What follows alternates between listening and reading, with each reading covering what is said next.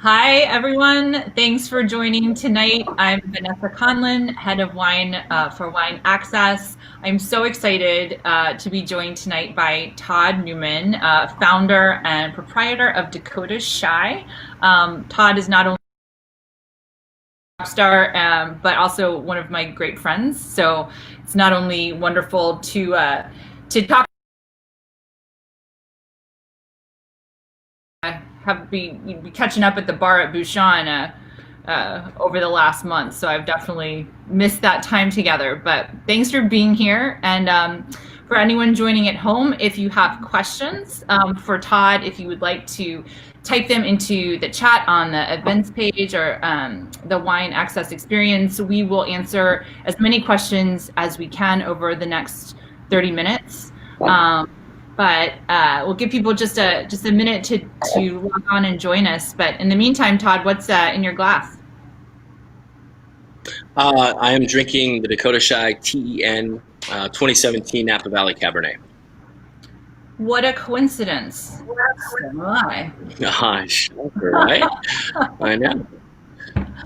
So in fact, you can see I've already been having some, but I think I'll just pour a little more. It's 5 o'clock after all. A little more than usual as of late. So hey, whatever gets you through. But well, cheers. Thank you so much for joining us. It's great to see you. Thank you. Cheers, Todd. Wonderful to see you. Thanks for having me. Of course. So, okay. Well, now that we've had a sip, I just want to say hi to anyone who's joined us in the last 2 minutes or so. Thank you for joining us on the Wine Access Experience. It's been so fun to have these conversations. As I say, I think every time, one of the things that I really love about wine is it brings people together, it inspires conversation, and even though we are virtually convening, there's no reason why we still can't have meaningful conversations and connect about wine, which inevitably leads to conversations about other fascinating things. So I'm joined here with Todd Newman, who's the founder and proprietor of Dakota Shy, also one of my dear friends. So thanks for joining us. So Todd, I mean, I've known you for a while, and it's one of my favorite stories to tell because I feel like, so many people in the wine business come from backgrounds that have nothing to do with wine, and it's fascinating to hear what drew them to wine, what drew them to Napa, what was that thing that kind of sparked this love and this passion? Because let's be real, we all have to be a little crazy to pursue this, right? So I'd love for you to tell a little of your story. I really think of you as sort of the American dream, but from the Dakotas to Napa, how'd you get here? Yeah, well, thank you for having me, and for those who are listening and watching, I'm excited to share the story with you, and hopefully someday you'll be able to taste the wines in person if you haven't already. So originally, I grew up in a small farming community in North Dakota, very small town. I think my graduating high school class was 68 kids, so you can kind of get an idea of just how small a town it was. And had an opportunity to go to Oregon right out of high school, and that was at the early explosion of micro beer brewing. And so everybody would make some beer in their garage, and that was sort of the spark that kick-started the passion and the direction that eventually brought me to Napa. So I started with beer, and really I put myself through school in restaurants. I'm a restaurant person by nature, and so when I moved to Napa, I had an opportunity to be a captain at a Michelin star restaurant, and that's really where it all kind of came together. I was comfortable in Napa for several reasons. One, this is a farming community, much like the farming community I grew up in. And if that's in your blood, it's in your blood. Certainly the crops are different, but ultimately what we were able to do, or what I was able to do, was find some comfort in a much larger space with many more people, if you would, and really fall into something that I loved and sort of was already naturally kind of built into me. And so I got to Napa in 2003. I was a waiter. I waited tables, and for a kid growing up in North Dakota, what you could make on a Tuesday night in Napa Valley was extraordinary. And so I thought I had the best job in the world. And what that did was open up doors. And really everything that we've created today, the catalyst to that came from that initial restaurant job that I had all those years back. And so what would happen was you would get the locals, which would be the farmers, the growers, the winemakers. That would be a Tuesday night, and you start bumping elbows with them, and you pick up opportunity to work an internship, which is what I did. I spent a couple years in the cellar and waited tables at night, and all the while sort of just paid attention to business and what was going on. And that's how I ended up here in Napa. And was that the Martini House where you were waiting tables? It was Chef Todd Humphreys, the Martini House. It was just such an institution of just amazing people. I can't tell you, and obviously I haven't seen you yet to give you a hug on you. Congratulations on the MW to you. But I got the opportunity to work, I think a Tuesday night, there are currently today 3 master somms in the world of, I want to say there's less than 300. I'm not sure what those numbers are exactly, but on any given night, that's who I was working next to. And so you were commanded to basically raise your game if you wanted to work at this restaurant. And I credit very much Todd Humphreys, Pat Coletto, and that entire organization for giving me the opportunity to learn the business, to be exposed to things that otherwise I never would have been. And from that came opportunity. So I actually had a question about your time there, because I remember talking to you about this, and you would told me, these vintners or the growers, and they were all sort of there, on a Tuesday night, like you said, eating and drinking. And so in the course of, let's say your time waiting tables there, was there one thing that you overheard that you thought like, wow, that sounds fascinating, that makes me want to get into the wine business?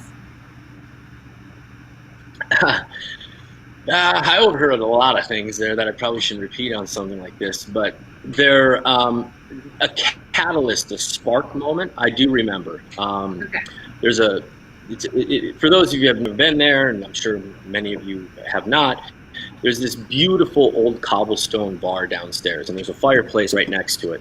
And you would often see some of the really just the neatest, coolest people. They would come in and they'd sit there, and their jeans and a button down and a baseball cap, and they were just the nicest people. And they would order some really extraordinary bottles of wine. And for me, they were like everyday Joes, just how I grew up around, the people I grew up around. And I remember asking them, I'd always wanted to get on the other side of the table. What's it like to be the guy at the table instead of the guy waiting on the table? And so I asked these two individuals, what they did, and their response was, "Well, we're farmers." And that was the trigger point where it was like, all right, where I grew up farming my entire life. And if you can farm, if this is farming, I just have to applicate what you're farming.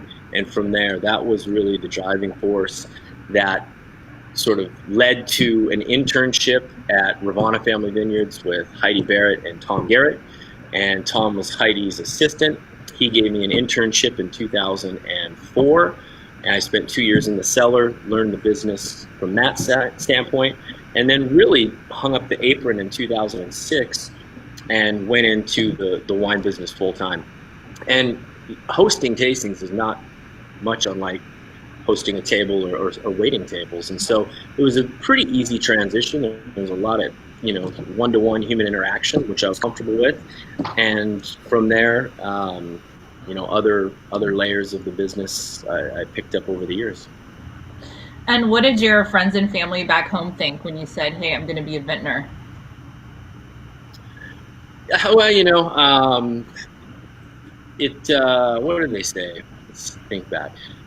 My dad was always, my father was the hardest working man I know. And if you had to ask me, what's the one tool in the work belt of life that you hold today, it was, I will always be the first one in and the last one to go home. And I learned that from him. And so in our communications, he was a little bit more old school, so he didn't quite understand this world. You know, I don't want to say simpler man, but he was just from a different cut of cloth. And so the challenge was, you're going to California, what are you going to do in California? That was the initial response. But then over the years, and after a visit or two, he's grown quite fond of Napa. Got it. And was there a moment where you thought, I've made a huge mistake? There was. So I had worked, I think I ended up in Napa, no joke, maybe $1,500 in my checking account. I remember I came July 5th, I dropped the U-Haul off at 11 p.m. and at 3 p.m. the next day, I was waiting tables. I had to run down to Napa because I couldn't find black socks in St. Helena. So I remember that day very clearly. And over the course of time, I had saved these tips. I mean, we were doing quite well from a restaurant standpoint, and that was what started Dakota Shy. It was tip money over the course of about 4 years. And so my life savings, 4 or 5 years worth of work, I'm studying in the cellar, and I deploy all of this in really 2009, which is when I started nibbling, making my own wine.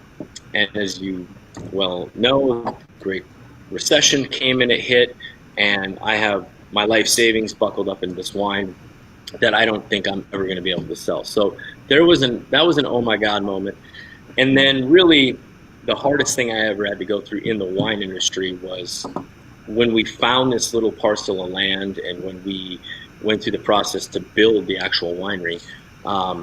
It was quite exhaustive and something I hope I never have to go through again. But there was a point in which I had done everything the right way, kind of put the time in, saved the money, sacrifice the Saturdays and the Sundays and the pool parties to do tastings and be available for all those reasons. And it got to a commission that was going to decide whether or not we could build this particular winery. And I remember we ended up having to pull the permit twice. The process was roughly 4 years, 3 years of permitting and a year of construction. And then the, oh my God, what did I do in another life moment came when we literally got completion of this. And I think 8 days later, the 2017 fires started. And they were 5 miles away, which was plenty close for us. So that was an oh my God moment. What have we done? Yeah. So in Napa Valley then, who has been your greatest mentor, and what did you learn from him or her? That's a good question. I happen to work with my best friend, in my opinion, the single best human being I know, and someone who was really my rock in the early years when I moved here.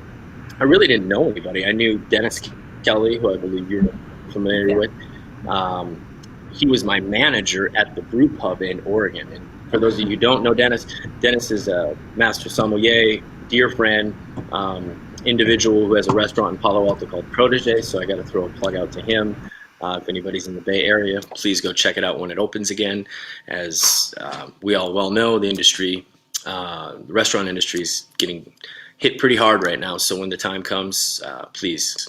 But Tom Garrett, who was Heidi Bear's, I think, assistant winemaker protege for many years, he's what we call the Zen master around here. And he, to me, in spirit, is the single best guy I know. Happens to be my best friend and happens to be my business partner and my winemaker in Dakota Shy and what we do. So he taught me how to maybe slow down, process, and get a bit more Zen-like. I'm very much a type A passionate individual, where Tom is a very cerebral, sort of observant individual, if you would. And I think together, those two things have really made Dakota Shy what it is today. In life, you need balance. In winemaking, you need balance. And so we seem to complement one another really well that way. And as a vintner, do you think it's easier or harder to be sort of an insider, who grew up here in the Valley, or an outsider, someone like you who moved here and started something on your own? I think as an outsider, I would say it's probably harder coming from that context, but that's the only context I know. I imagine that those who grew up here and have the names, it's hard to break out and be your own. So I can have some empathy for that perspective as well. It certainly is. You got to knock down a lot of doors, a lot more doors, I think, and it can be pretty tough.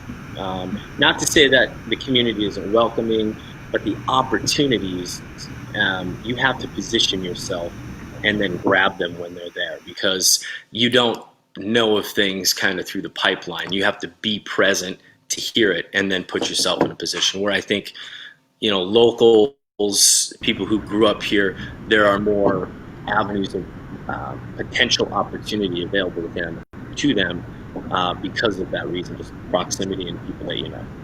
Yeah. So you mentioned your energy level, which I agree with.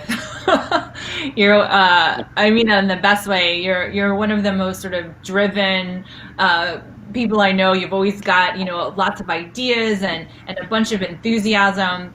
And I'm curious, like, what fills your tank? How do you keep that up every day?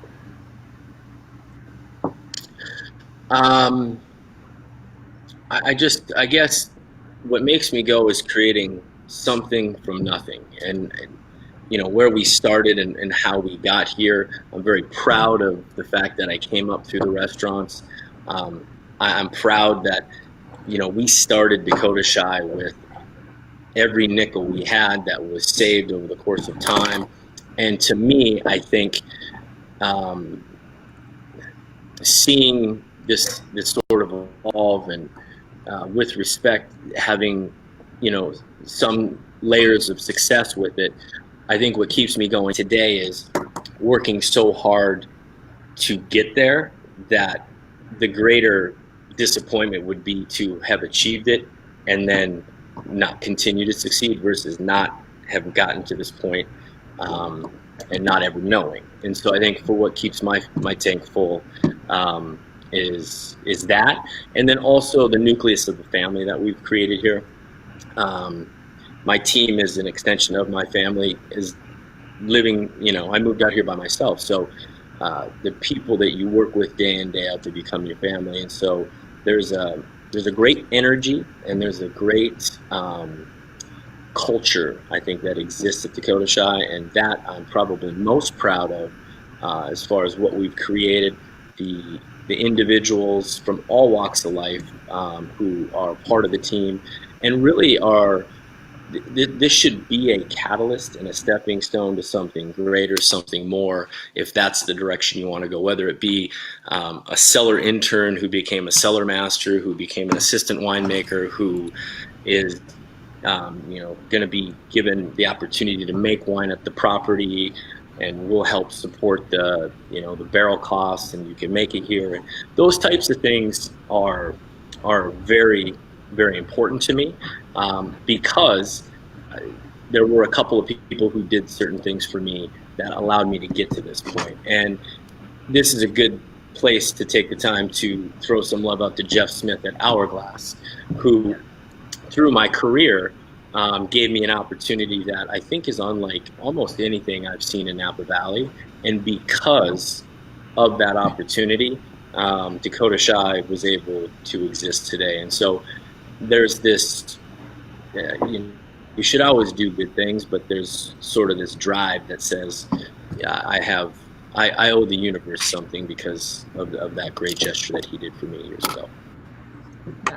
And you're getting a little love on Facebook here. We have I'm paraphrasing, but a nice comment that says your story is inspiring. Oh, well, thank you. That's very nice. Yeah. I appreciate it. We want, what we want more than anything? We want the wine what's inside the bottle is critical. And we work with the top 2% of vineyards in Napa Valley. We're in a region that is one of the single greatest regions of winemaking in the world. We have the tools, the equipment, we've got the mentorship, we've got the time, we understand vineyards. We have all of that. And there's a lot of really great wine in Napa today. What has to happen then is, how do you make a decision on what you want to drink? And I think for us, what we try to tell you guys the most is, what's in the bottle is important, but what's behind the bottle is every bit as important. Yes, it has to be at a quality, and what we do is, very world-class renowned Cabernet.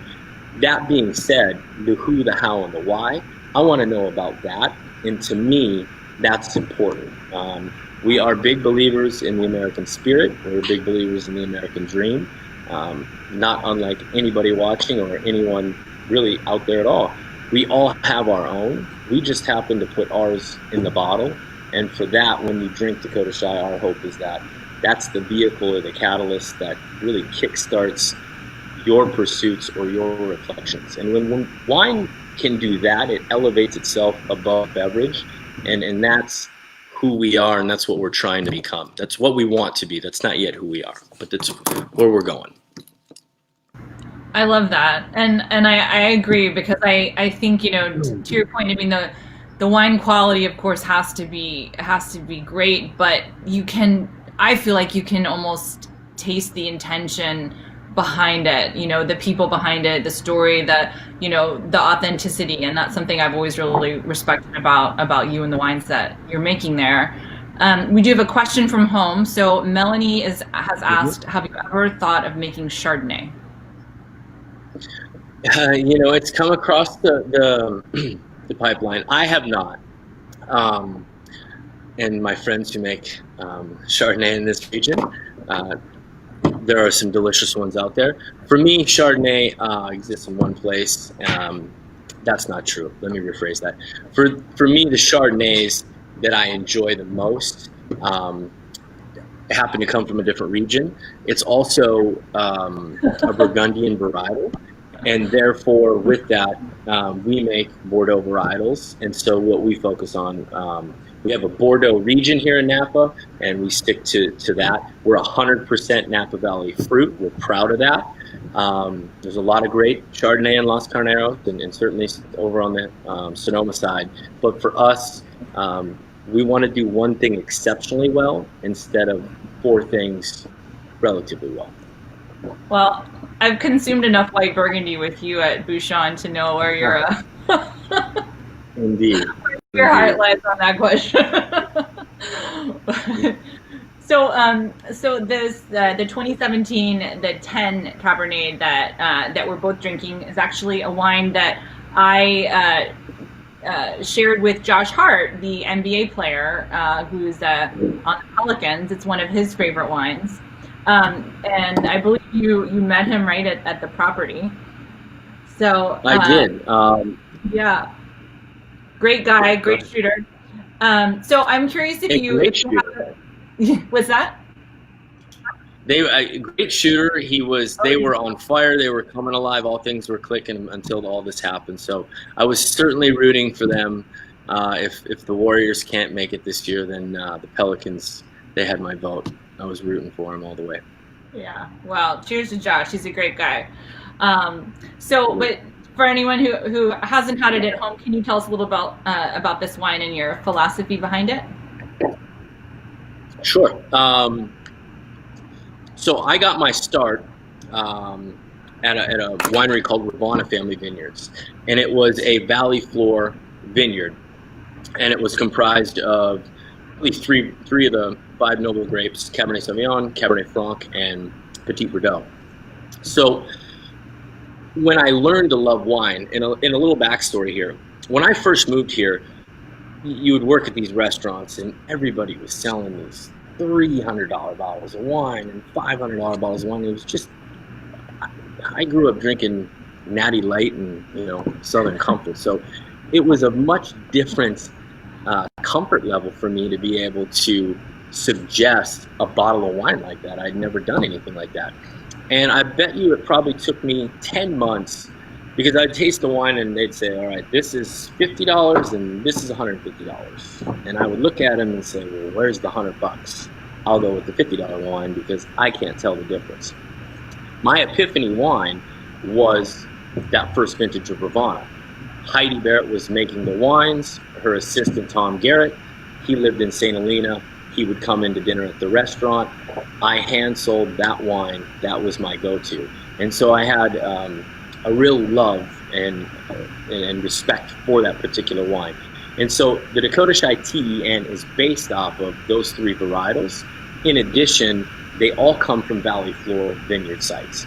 And so in Napa, it's extraordinary, this 5-mile by 30-mile sliver of dirt that we have here, and the things that we can do with Cabernet from an elevation standpoint to a soil composition to the west exposure, the east exposure.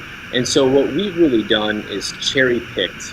You know, we unfortunately, we don't have the bullets to come in and fire off, you know, 10, 12, $15 million for a vineyard. So what we've been able to do is create these really great relationships with farmers and sort of go in and cherry pick a block or two and make these wines that represent elevation, site, etc. And so this particular Dakota Shy TEN, my initials, it's a benchmark to really, or sort of a tip of the hat to the wine that showed me what Napa was, what it could be, and really was one of my all-time favorites in style. So valley floor fruit, primarily Cabernet Sauvignon, just a little bit of Cab Franc and a Scotia of Petit Verdot.